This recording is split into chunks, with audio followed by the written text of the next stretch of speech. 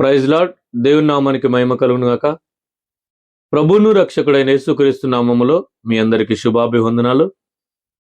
నా దేవునికి అత్యంత ప్రియమైన దేవుని పిల్లలారా, దేవుని యొక్క సన్నిధిలో యేసుక్రీస్తు ప్రభువారు సిలువలో పలికిన 7 మాటలలో 6వ మాటను మనం ధ్యానం చేసుకుందాం. చూడండి, యోహాను రాసిన సువార్త,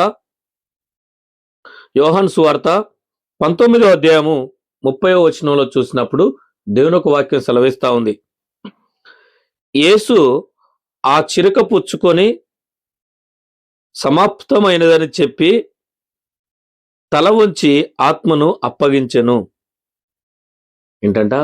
యేసుక్రీస్తు ప్రభువారు ఆ చిరక పుచ్చుకొని సమాప్తమైనది అని చెప్పేసి తన ఆత్మను అప్పగించి ఉన్నాడు. చూసారా ఈ మాటలు? అంటే అక్కడ యేసుక్రీస్తు ప్రభువారు నా యొక్క జీవితం సమాప్తమైనదని చెప్పలేదు, లేక నా యొక్క లైఫ్ ఫినిష్ అయిందని చెప్పలేదు, లేక నా చాప్టర్ ఇక క్లోజ్ అయిందని చెప్పలేదు, లేక ఇక నా జీవితం ముగిసింది, నేను సమాప్తమయ్యానని చెప్పట్లేదు. కానీ సమాప్తమైనది ఏమంటున్నాడు? సమాప్తమైనది అని చెప్పేసి మాట్లాడుతా ఉన్నాడు. ఏం సమాప్తమైనది? యేసుక్రీస్తు దేవుని యొక్క సన్నిధిలో చూసినప్పుడు దేవుని యొక్క మాకెట్ట స్పష్టంగా మనతో మాట్లాడుతూ ఉన్నాడు. సమాప్తమైనది. ఏది సమాప్తమైనది అంటే, ప్రియమైన దేవుని బిడ్డలారా, ఆయన సిలువకు అప్పగించటానికి ముందు దేవుని యొక్క సన్నిధిలో ఆయన ఒక విలువైన ప్రార్థన చేయడం జరిగింది. అంటే ప్రియమైన దేవుని బిడ్డలారా, క్రైస్తవులు ప్రార్థన చేయడం అవసరమా అంటే అవసరమే. చాలా విలువైనది ప్రార్థన. ఎందుకు ప్రార్థన చేయాలయా అంటే, దేవుని సన్నిధిలో నువ్వు ప్రార్థించినప్పుడు నీవు, నీ కుటుంబము నెమ్మది కలిగి బ్రతుకుతావు, ఆదరణతో ఉంటావు, సమాధానముతో ఉంటావు, అనేకులకు సాక్ష్యంగా నీ కుటుంబం బ్రతుకుతుంది. ప్రతి క్రైస్తవులు ప్రార్థన చేయడం చాలా మంచిది. చూడండి, యేసుక్రీస్తు ప్రభువారు సిలువకు అప్పగించడానికి ముందు, కొద్ది క్షణాల ముందు ఆయన ప్రార్థన చేయడం జరిగింది.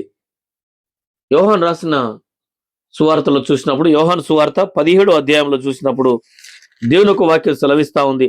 17వ అధ్యాయము 4వ వచనంలో చూసినప్పుడు దేవుని ఒక వాక్యం సెలవిస్తా ఉంది. ఏమి సమాప్తమైనదని అంటే, చేయుటకు నీవు నాకిచ్చిన పని నేను సంపూర్తిగా నెరవేర్చి భూమి మీద నిన్ను మహిమపరిచితిని. తండ్రి అయిన దేవుని, ఆ పరలోకపు తండ్రిని అంటా ఉన్నాడు, అయా నువ్వు చేయటానికి నా చేతికి ఏ పని అయితే ఇచ్చావో ఆ పనిని నేను సంపూర్తి చేసి ఈ భూమి మీద నీకు మహిమ కలుగజేసి ఉన్నాను, నిన్ను మహిమపరిచి ఉన్నాను, ఈ భూమి మీద నిన్ను మహిమపరిచానని దేవుని ఒక వాక్యం చదివిస్తా ఉంది. దేవుడు చెప్పకనే చెప్తా ఉన్నాడు, ఆ పరలోకపు తండ్రితో మాట్లాడుతా ఉన్నాడు, అయా నీవు నాకు అప్పగించిన పనిని నేను సంపూర్తి చేసి ఈ భూమి మీద నేను నిన్ను మహిమపరిచింది. ఆయన ఏమంటా ఉన్నాడు? నాకు అప్పగించిన పని సమాప్తమైనదని చెప్పాడు. అంతేగాని నేను సమాప్తమయ్యానని చెప్పలేదు. ఎప్పుడైనా ఈ విధంగా ఆలోచన చేశావా? యేసు ఆ చిరక పుచ్చుకొని సమాప్తమైనదని చెప్పి తల వంచి ఆత్మను అప్పగించెను. ఏంటంట? యేసుక్రీస్తు ప్రభువారు ఆ చిరక పుచ్చుకొని సమాప్తమైనది అని చెప్పేసి తన ఆత్మను అప్పగించి ఉన్నాడు. చూసారా ఈ మాటలు? అంటే అక్కడ యేసుక్రీస్తు ప్రభువారు నా యొక్క జీవితం సమాప్తమైనదని చెప్పలేదు, లేక నా యొక్క లైఫ్ ఫినిష్ అయిందని చెప్పలేదు, లేక నా చాప్టర్ ఇక క్లోజ్ అయిందని చెప్పలేదు, లేక ఇక నా జీవితం ముగిసింది, నేను సమాప్తమయ్యానని చెప్పట్లేదు. కానీ సమాప్తమైనది ఏమంటున్నాడు? సమాప్తమైనది అని చెప్పేసి మాట్లాడుతా ఉన్నాడు. ఏం సమాప్తమైనది? యేసుక్రీస్తు దేవుని ఒక సన్నిధిలో చూసినప్పుడు దేవుని ఒక మాకెట్ట స్పష్టంగా మనతో మాట్లాడుతూ ఉన్నాడు. సమాప్తమైనది. ఏది సమాప్తమైనది అంటే, ప్రియమైన దేవుని బిడ్డలారా, ఆయన సిలువకు అప్పగించటానికి ముందు దేవుని ఒక సన్నిధిలో ఆయన ఒక విలువైన ప్రార్థన చేయడం జరిగింది. అంటే ప్రియమైన దేవుని బిడ్డలారా, క్రైస్తవులు ప్రార్థన చేయడం అవసరమా అంటే అవసరమే. చాలా విలువైనది ప్రార్థన. ఎందుకు ప్రార్థన చేయాలయా అంటే, దేవుని సన్నిధిలో నువ్వు ప్రార్థించినప్పుడు నీవు, నీ కుటుంబము నెమ్మది కలిగి బ్రతుకుతావు, ఆదరణతో ఉంటావు, సమాధానముతో ఉంటావు, అనేకులకు సాక్ష్యంగా నీ కుటుంబం బ్రతుకుతది. ప్రతి క్రైస్తవులు ప్రార్థన చేయడం చాలా మంచిది. చూడండి, యేసుక్రీస్తు ప్రభువారు సిలువకు అప్పగించటానికి ముందు కొద్ది క్షణాల ముందు ఆయన ప్రార్థన చేయడం జరిగింది. యోహాను రాసిన సువార్తలో చూసినప్పుడు, యోహాను సువార్త 17వ అధ్యాయంలో చూసినప్పుడు దేవుని ఒక వాక్యం సెలవిస్తా ఉంది. 17వ అధ్యాయము 4వ వచనంలో చూసినప్పుడు దేవుని ఒక వాక్యం సెలవిస్తా ఉంది. ఏమి సమాప్తమైనదని అంటే, చేయుటకు నీవు నాకిచ్చిన పని నేను సంపూర్తిగా నెరవేర్చి భూమి మీద నిన్ను మహిమపరిచితిని. తండ్రి అయిన దేవుని, ఆ పరలోకపు తండ్రిని అంటా ఉన్నాడు, అయా నువ్వు చేయటానికి నా చేతికి ఏ పని అయితే ఇచ్చావో ఆ పనిని నేను సంపూర్తి చేసి ఈ భూమి మీద నీకు మహిమ కలుగజేసి ఉన్నాను, నిన్ను మహిమపరిచి ఉన్నాను, ఈ భూమి మీద నిన్ను మహిమపరిచానని దేవుని ఒక వాక్యం చదివిస్తా ఉంది. దేవుడు చెప్పకనే చెప్తా ఉన్నాడు, ఆ పరలోకపు తండ్రితో మాట్లాడుతా ఉన్నాడు, అయా నీవు నాకు అప్పగించిన పనిని నేను సంపూర్తి చేసి ఈ భూమి మీద నేను నిన్ను మహిమపరిచింది. ఆయన ఏమంటా ఉన్నాడు, నాకు అప్పగించిన పని సమాప్తమైనదని చెప్పాడు. అంతేగాని నేను సమాప్తమయ్యానని చెప్పలేదు. ఎప్పుడైనా ఈ విధంగా ఆలోచన చేసావా? ఆయన ఆయన సమాధి చేయబడతాడని తెలుసు, సమాధిలో నుండి మరలా సజీవుడిగా లేస్తాడని తెలుసు, ఆయన యొక్క జీవితాన్ని ఆపగలిగిన వాడు, ఆయన మరణాన్ని ఆపగలిగిన వారు ఎవరు లేరని తెలుసు, ఆయన యొక్క పునరుద్ధానమును ఆపగలిగిన వారు ఎవరు లేరని తెలుసు. అందుకని ఆయన అంటా ఉన్నాడు సమాప్తమైనది అని చెప్తా ఉన్నాడు. ఆ సమాప్తమైనది అనేది దేని గురించి అయ్యా అంటే, తండ్రి ఏ పనినైతే తనకు అప్పగించాడో ఆ పనిని నేను సంపూర్తి చేసి ఈ భూమి మీద నీకు నిన్ను మహిమపరిచి ఉన్నానయ్యా అని తండ్రిని అడుగుతా ఉన్నాడు. ఆ పరలోకపు తండ్రికి తన మాట్లాడుతా ఉన్నాడు, ఇదిగో సమాప్తమైనది, ఈ భూమి మీద నువ్వు నాకు చేయుటకు ఇచ్చిన పనిని సంపూర్తి చేసి ఈ భూమి మీద నీకు నిన్ను మహిమపరిచితిని అని దేవుడు మాట్లాడుతా ఉన్నాడు. పరలోకపు తండ్రితో, తన తండ్రితో మాట్లాడుతా ఉన్నాడు. ఇక్కడ ఏమంటున్నాడు చూడండి, దేవుడు ఒక వాక్యం సెలవిస్తుంది, యేసు చిరకను పుచ్చుకొని సమాప్తమైనదని చెప్పి తల వంచి ఆత్మను అప్పగించెను. అంటే ప్రియమైన దేవుని బిడ్డలారా, చూడండి, ఈ భూమి మీద అనేక మంది, కొంతమంది అంటా ఉంటారు, ఏదైనా ఒక పని విషయంలో ఎవరికన్నా చెప్పాలని అన్నప్పుడు, అబ్బో వాళ్ళకు చెప్పకండి ఈ పని, వాళ్ళు చేయలేరు, ఏ పనైనా సగములో చేసి ఆపుతారు, సంపూర్తిగా వారు ఆ పని చేయరు అని భూమి మీద ప్రతి ఒక్కరు అంటా ఉంటారు.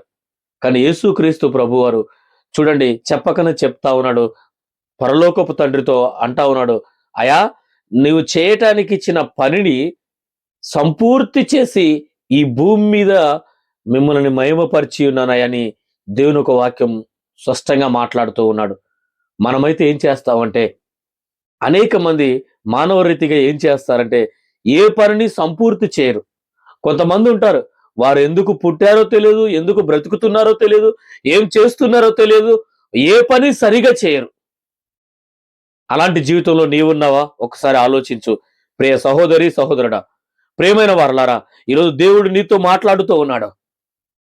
యేసుక్రీస్తు ప్రభువారు తన తండ్రి ఏ పనినైతే అప్పగించాడో ఆ పనిని సంపూర్తి చేసి ఈ భూమి మీద తనను మహిమపరిచినట్లుగా స్పష్టంగా మాట్లాడుతూ ఉన్నాడు. ఎప్పుడైతే ఈ భూమి మీద పనిని సంపూర్తి చేశాడో, ఏ పని? మన పాప పరిహారార్థమైన పని. మన పాప భారాన్ని తల మీద వేసుకొని మన యొక్క పాప భారాన్ని పరిహరించడానికి, మన దోషాన్ని పరిహరించడానికి, మన పాపములను పరిహరించడానికి దేవుడు, తండ్రి అయిన దేవుడు తనకు అప్పగించిన ఆ పనిని సంపూర్తి చేసి ఆ చిరుక పుచ్చుకొని తల వంచి తన ఆత్మను అప్పగించాడని దేవుని వాక్యం సెలవిస్తా ఉంది.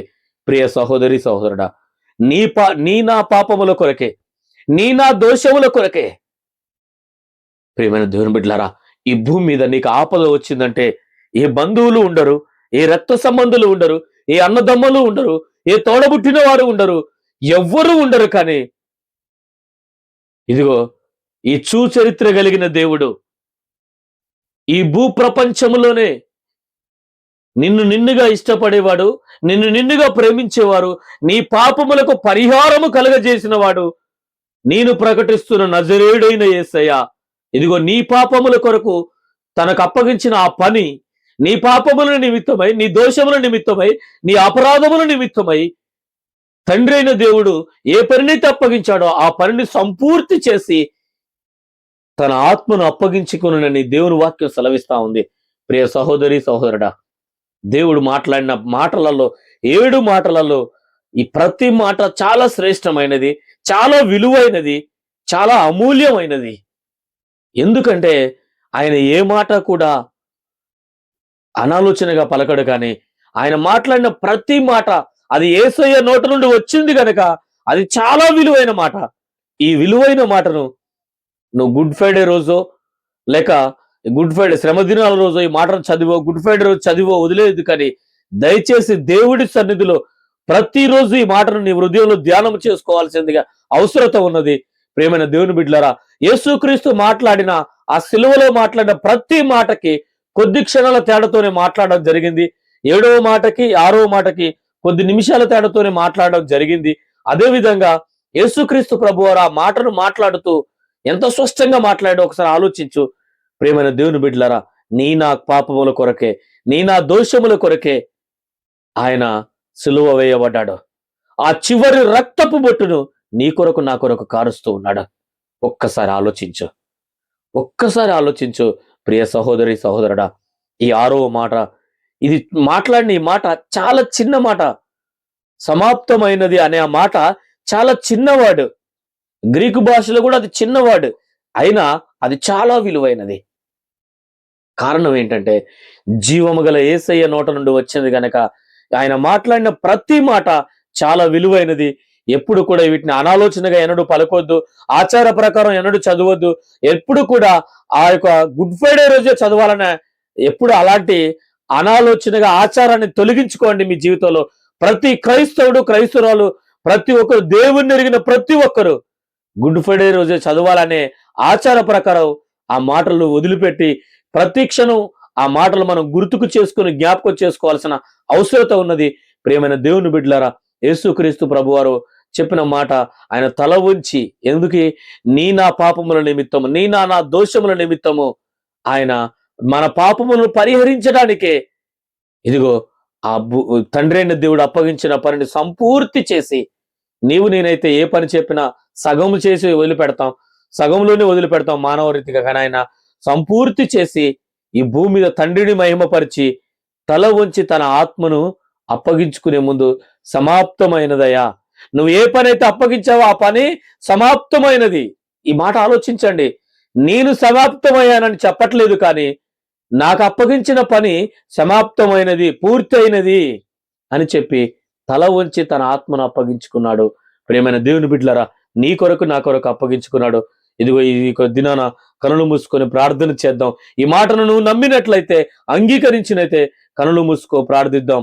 పరిశుద్ధుడు అయిన తండ్రి, జీవాధిపతి, మీ ఘనమైన పాదముల కొందనాలు, స్తోత్రాలు ప్రభువా. ఇదిగో మీరు మాట్లాడిన ప్రతి మాట విలువైనది నాయన. ఆ మాటలు మా జీవితాన్ని కట్టబడడానికి, మా జీవితంలో మేము అనేక విషయాల్లో అభివృద్ధి చెందడానికి గొప్ప మాటలు ప్రభా. అందును బట్టి మీకు స్తోత్రాలు, కృతజ్ఞతాస్తుతులు చెల్లిస్తూ ఇదిగో సమాప్తమైనదని తండ్రి ఏ పని అయితే అప్పగించాడో ఆ పనిని ప్రభా సంపూర్తి చేసి మీరు సమాప్తమైనదని చెప్పి మీ ఆత్మను అప్పగించి ఉన్నారని మా కొరకే కదా ప్రభా. మా పాపంలో పరిహారార్థమయ్యే ఆ పని మీ మీద వేసుకొని, మీ భుజముల మీద వేసుకొని చివరి రక్తపు బొట్టును మా కొరకు కార్చినారు. అందుకు మీకు స్తోత్రాలు, కృతజ్ఞతలు చెల్లిస్తూ సమస్త ఘనత మహిమ ప్రభావాలు మీరు మాత్రమే పొందుమని యేసు నామములో ప్రార్థిస్తున్నాం తండ్రి. ఆమేన్, ఆమేన్. ప్రియమైన వారలారా, క్రీస్తు కలువరి ప్రేమ యూట్యూబ్ ఛానల్ని ఇంతవరకు మీరు సబ్స్క్రైబ్ చేసుకోకపోతే సబ్స్క్రైబ్ చేసుకోండి. అదేవిధంగా లైక్ చేయండి, షేర్ చేయండి. మీ ప్రార్థన అవసరతలు మాకు తెలియచేయండి. అనునిత్యం మీ కొరకు మేము ప్రార్థిస్తూ ఉంటాం. దేవుడు మిమ్మును మీ కుటుంబమును దీవించి ఆశీర్వదించునుగాక. ఆమేన్, ఆమేన్, ఆమేన్.